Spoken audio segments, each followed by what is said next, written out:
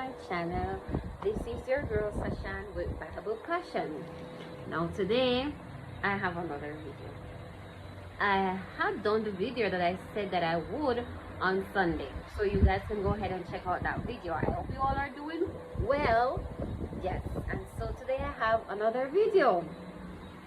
Now for all of my Bible scholars and theologians, people who are reading the Bible, persons who are on a track of reading the whole Bible, because I know there are some persons who are in the middle, 3/4, somewhere finished, but there are a lot of persons right now who are trying to read this whole Bible. So yeah, I'm trying to read the whole Bible, and I figure more than less I'm gonna finish one day sooner or later.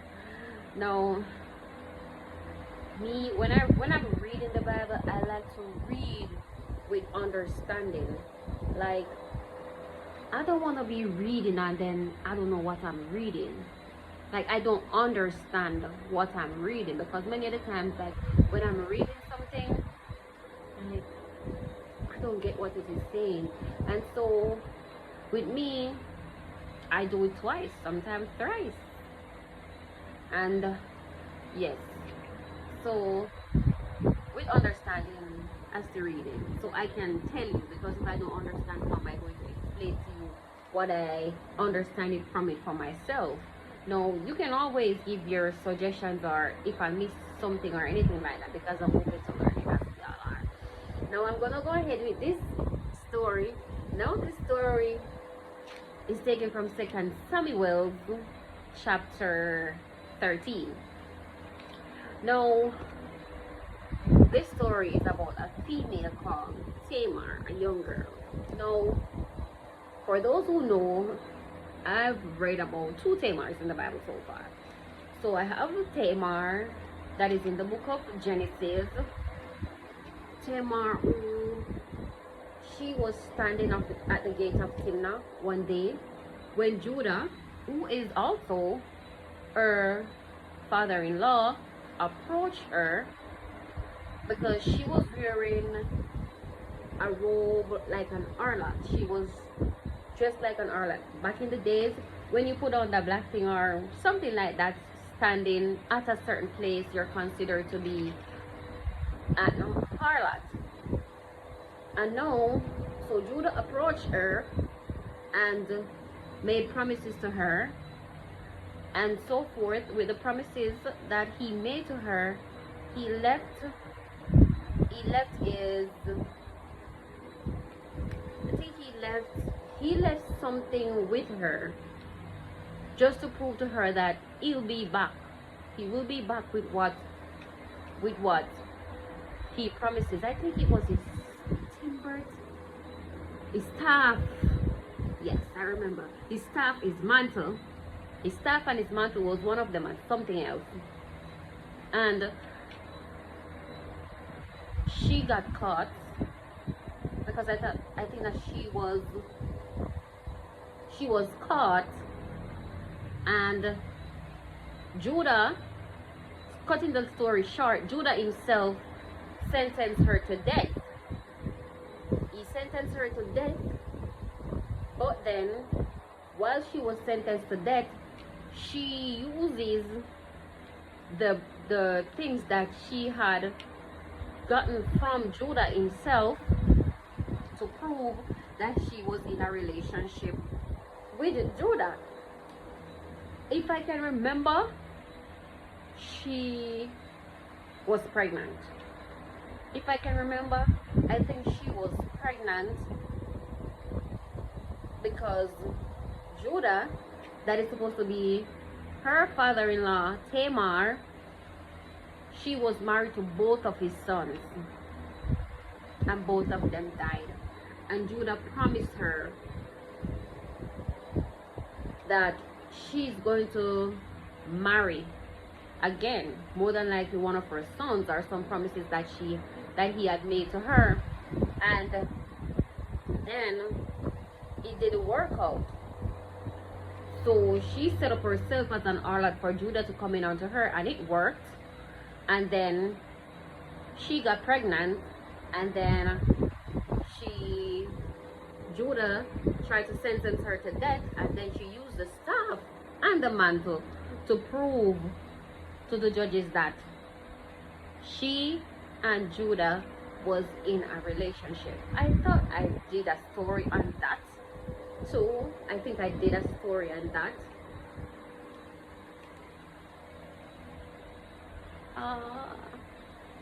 I thought so. But today's story is on another Tamar. Now this Tamar is David's daughter, and she was raped by her half brother. Now Absalom and Ammon is David's son, but they are two different mothers. Now Absalom and Tamar are the same mother. So Ammon is Tamar's half brother, and Ammon loved Tamar until he was sick, and then he raped her, and Absalom killed her. Absalom made it sure that he died. And we're going to go into the story, and you're going to see what happened. So I'm reading 2 Samuel chapter 13. And it came to pass after this that Absalom, the son of David, had a fair sister. The sister whose name was Tamar, and Haman, the son of David, loved her. And Ammon was so vexed that he fell sick for his sister Tamar, for she was a virgin, and Ammon thought it hard for him to do anything to her. But Ammon had a friend whose name was Jonadab, the son of Shimeah, David's brother, and Jonadab was a very subtle man. And he said unto him, Why art thou, being king's son, lean from day to day? Wilt thou not tell me? And Ammon said unto him, I love Tamar, my brother Absalom's sister. And Jonadab said unto him, Lay thee down on thy bed, and make thyself sick. And when thy father cometh to see thee, say unto him, I pray thee, let my sister Tamar come and give me meat, and dress the meat in my sight, that I may see it and eat it at her hand. So this was actually a trap that Jonadab is actually telling Ammon how to set a trap so that he could get to lay with his half-sister. Then David sent to Tamar, saying, Go now to thy brother Ammon's house, and dress him meat. So Tamar went to her brother Ammon's house, and he was laid down, and she took flour and kneaded it, and made cake in his sight, and did bake the cakes. And she took a pan, and poured them out before him, but he refuses to eat. And Haman said, About all men from me? And they went out every man from him. Of course he was not hungry, so he was not going to eat. And Haman said unto Tamar, Bring the meat into the chamber, that I may eat of thine hand. And Tamar took the cakes which she had made, and brought them into the chamber to Ammon her brother.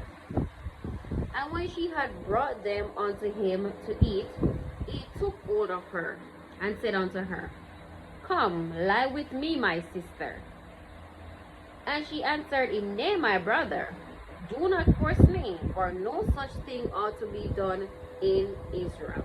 Do not thou this folly. And I, whither shall I cause my shame to go? And as for thee, thou shalt be as one of the fools in Israel. Now therefore I pray thee, speak unto the king, for he will not withhold me from thee. Albeit he would not hearken unto her voice, but being stronger than she, forced her, and lay with her. Then Ammon hated her exceedingly, so that the hatred wherewith he hated her was greater than the love wherewith he had loved her.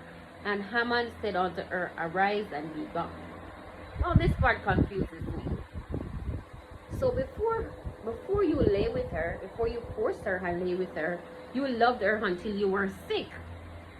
And now after you have forced her and lay with her, you ate her even more than you had loved her? Okay. And she said unto him, There is no cause, this evil in sending me away. Oh my God. For you. And she said unto him, There is no cause, this evil in sending me away is greater than the other that thou didst unto me. But he would not hearken unto her. Then he called his servant that ministered unto him, and said, Put now this woman out from me, and bolt the door after her. And she had a garment of divers colors upon her, for with which robes were the king's daughters that were virgins apparel. So back then, the king's daughters wear colorful robes to show that they were virgins. Then his servants brought her out and bolted the door after her. And Tamar put ashes on her head, and rent her garment of divers colors that was on her, and laid her hand on her head, and went on crying. And Absalom her brother said unto her, Hath Ammon thy brother been with thee? But hold now thy peace, my sister, he is thy brother, regard not this thing. So Tamar remained desolate in her brother's Absalom's house. But when King David heard of all these things, he was very wroth. And Absalom spake unto his brother Ammon, neither good nor bad. For Absalom hated Ammon because he had forced his sister Tamar. And it came to pass after 2 full years that Absalom had sheep shears in Baal-hazor, which is beside Ephraim, and Absalom invited all the king's sons. And Absalom came to the king and said, Behold, now thy servant had sheep shears. Let the king, I beseech thee, and his servant go with thy servant. And the king said to Absalom, Nay, my son, let us not all now go, lest we be chargeable unto thee. And he passed him. Howbeit he would not go, but blessed him. Then said Absalom, If not, I pray thee, let my brother Ammon go with us. And the king said unto him, Why should he go with thee? But Absalom pressed him, that he let Ammon and all the king's sons go with him. Now Absalom had commanded his servants, saying, Mark ye now, when Ammon's heart is merry with wine, and when I say unto you, Smite Ammon, then kill him. Fear not, have I not commanded you? Be courageous and be valiant. So Absalom set it up that Ammon should be slain. And the servants of Absalom did unto Ammon as Absalom had commanded them. Then all the king's sons arose, and every man get him up upon his mule, and fled. And it came to pass, while they were in the way, that tidings came to David, saying, Absalom had slain all the king's sons, and there is not one of them left. Then the king arose, and tore his garment, and lay on the earth, and all his servants stood by with him, their clothes rent. And Jonadab the son of Shimei, David's brother, answered and said, Let not my lord suppose that they have slain all the young men, the king's sons, for Ammon only is dead. For by the appointment of Absalom, this had been determined from the day that he forced his sister Tamar. Now therefore, let not my lord the king take the things to his heart, to think that all the king's sons are dead, for Ammon only is dead. But Absalom fled, and the young man that kept the watch lifted up his eyes and looked, and behold, there came much people by the way of the hillside behind him. And Jonadab said unto the king, Behold, the king's sons come, as thy servant said, so it is. And it came to pass, as soon as he had made an end of speaking, that behold, the king's sons came and lifted up their voice and wept. And the king also and all his servants wept very sore. But Absalom fled and went to Tamar, the son of Ammon, king of Geshur, and David mourned for his son every day. So Absalom fled and went to Geshur and was there 3 years. And the soul of King David longed to go forth unto Absalom, for he was comforted concerning Ammon, seeing he was dead. Now we understand the story. We understand what happened. So Ammon forced his half sister only because she was not his mother's child. Absalom and Tamar had the same mother, Micah, I think. Yes, and so he forced her. Absalom killed him, and that is how the story ends. Because you loved your sister before, but after you had raped her, after you had forced her and raped her, you ate her even more than how you loved her before. And it's just sad, some of the stories that I'm reading in the Bible, and I just want to share them with you. And I'll be back with another video. So see, by reading and reading we learn some things, because I didn't even know until I've read this story that back in the days of virgins, the daughter of kings, wear colorful robes. Like you could identify them that they were virgins by the things that they wore back then. And yes, that is another thing that I've learned while I read the story. And so I hope that you guys are doing well, and I'll be back tomorrow or another day with another video. Yes, I'll be back with another video, so stay tuned, and may the Lord bless you and keep you. May the Lord cause his face to shine upon you and be gracious unto you. May the Lord lift up his countenance upon you and grant you his peace. Peace in your lying down and peace in your rising up. Peace in your going out and peace in your coming in. Peace in your labor. Peace in your leisure. In the name of the Father, and of the Son, and of the Blessed Holy Spirit. I say amen. Hope you have a